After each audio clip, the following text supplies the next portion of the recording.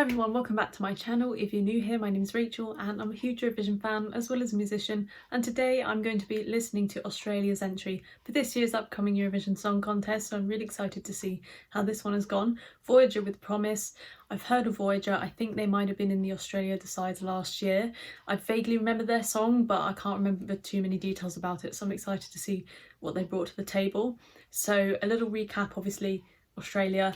Last year, if any of you guys were around last year, I wasn't a massive fan of Sheldon's song. I had a couple of bones to pick with the staging and the melody lines and things. I still liked Sheldon's performance in the grand final. I think he did not deserve the televote score he got. It was a crime how low Australia were given in the voting last year. I thought it was absolutely awful and they deserve way higher. So I'm hoping this year they can qualify from the final. So I'm going to be reviewing this song as a first listen. Stay tuned to the end of the video. I'll score the song out of 10 and give a bit of musical analysis and commentary as per usual.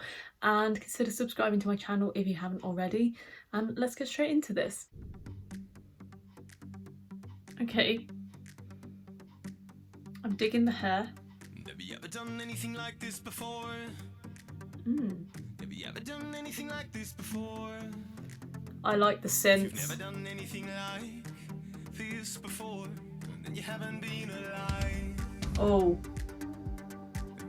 Oh, I like some of these notes as well. Okay. Have you ever just walked out on your own? Have you ever just Major chord? Would you try to unwind, or are you coming right back for more? I'm here tonight. No, that major chord's lovely. Hold me till I die. I'm by your side. Major fifth though. Promise me it's gonna be alright. Ah, Promise me it's gonna be alright. nice. Promise me it's gonna be alright. Okay. Have you ever been alone? Love the combination of the rock instruments with the synths. Oh, it's like a neo 80s. I love it. I think that's a genius combination and it just has been produced so well. And what they've also done is made the chords interesting. Not too many chords, but they've chosen to create a major chord in there instead of a minor chord. We're in G minor, I think, and instead of playing chord 5 minor, which would have been C minor, they played chord 5 major, which is C major. So what it does is it elevates this sort of almost hopeful tone to the piece. Instead of creating it all minor, all somber, all very kind of like melodramatic, having that major chord in there lifts the mood and almost kind of like takes it in a new direction and gives it this sort of different type of vibrancy that you wouldn't have got with the C minor chord. So that in itself is a genius move. I love it. I think that's really nice. That being said, when it hits to that chorus, I love the rock instruments and I love the melody, but the backing vocals, I think the choice of just having like just monosyllabic words in the background is a little bit lazy and it let it down for me slightly. I think if you had something a bit more interesting there, the song would have kept the momentum. It was still moving really nicely, but having that as a backing vocal is a little bit of a kind of, not a cop-out, but it's like, it's a very simple way of doing something when predecessing that with some very complex, musically intricate ideas that were, in my opinion, really great. So I hope they do more to develop that chorus later.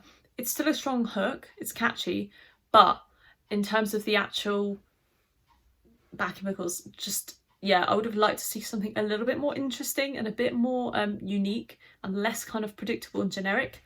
But let's see how this thing goes. So far, I'm intrigued. Too much.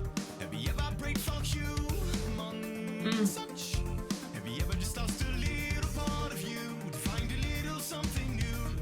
Cross my heart until the sky turns red in the sun. Love that kind of like compacted drum.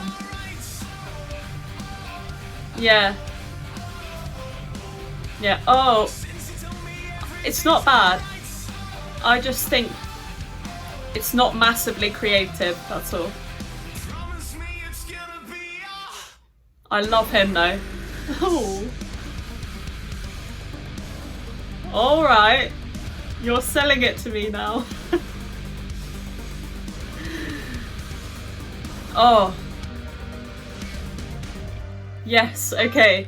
Do you know what I love about that heavier breakdown is that the sound was so full and crunchy and really, really nice, yet it didn't have a bad quality sound. So it was really nice and impactful, but it didn't overpower my headphones to the point where it sounded over compressed and like overstressed. That's what I really like about it. That was a really nice way of making the song go somewhere new, taking it down a new avenue without kind of making it sound like a completely different thing. It had been stitched on really firmly and really nicely, and it was cohesive with the previous tone that they'd set before. So choosing that direction paid off, in my opinion. So let's close this thing out. I'm enjoying it. Ooh. Piano. Promise me you'll hold me till I die. Is that harpsichord? Promise me it's gonna. Oh, Promise me it's gonna be alright. oh, we use a major chord there. Yes.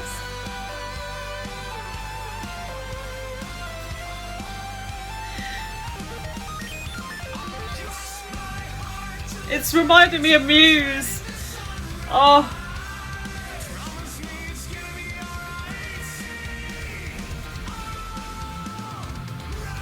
Yeah. Oh my god.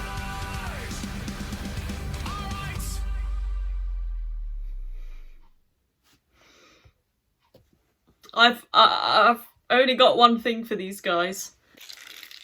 They're dead tulips, but I would have thrown roses on the stage because that was epic and they deserved this if only they had a little bit more life and a bit more water, and weren't crusty and horrible. And now I've ruined my bedroom floor. That was epic.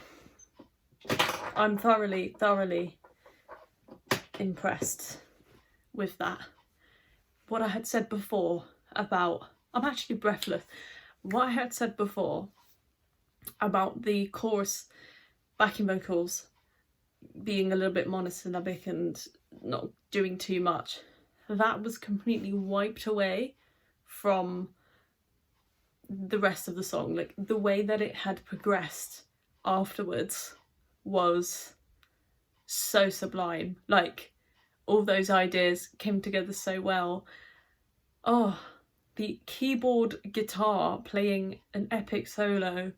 It was just the perfect way to kind of like really create the maximum impact of the song and build that tension right at the very end, which is so important. I think a lot of songs climax too early, in my opinion. They'll do like a little build up to the last chorus and there'll be like a high note somewhere, and then from there it will just plateau and carry on. This one was just an upwards trajectory and it ended on a high. That was really well written, really well performed, excellent instrumentation, and really nice shredding of the guitars at the end to really build that energy. I thoroughly enjoyed it. So many instruments in there: piano, harpsichord. Since when did we have a harpsichord last at Eurovision? I can't remember, but the harpsichord is an underappreciated instrument. It should be used more in popular music. I think it's an incredible timbre that should be explored more, and it works so well with the rock sound. The synths, the sound design of the synths were absolutely incredible. They blended so well into that track. Whew. So I'm absolutely blown away. The difference between last year and this year for me is like night and day. I think this is so good. So in terms of a score out of 10, I'm gonna say I'll deduct a point for the critique I had about the chorus. I'm going to leave it at 9. I'll give that a 9 out of 10. I thought that was excellent. Really well written piece of music. So let me know down below in the comments what you guys think, and stay tuned for more content coming soon. I hope you have a good weekend and I'll see you. Bye.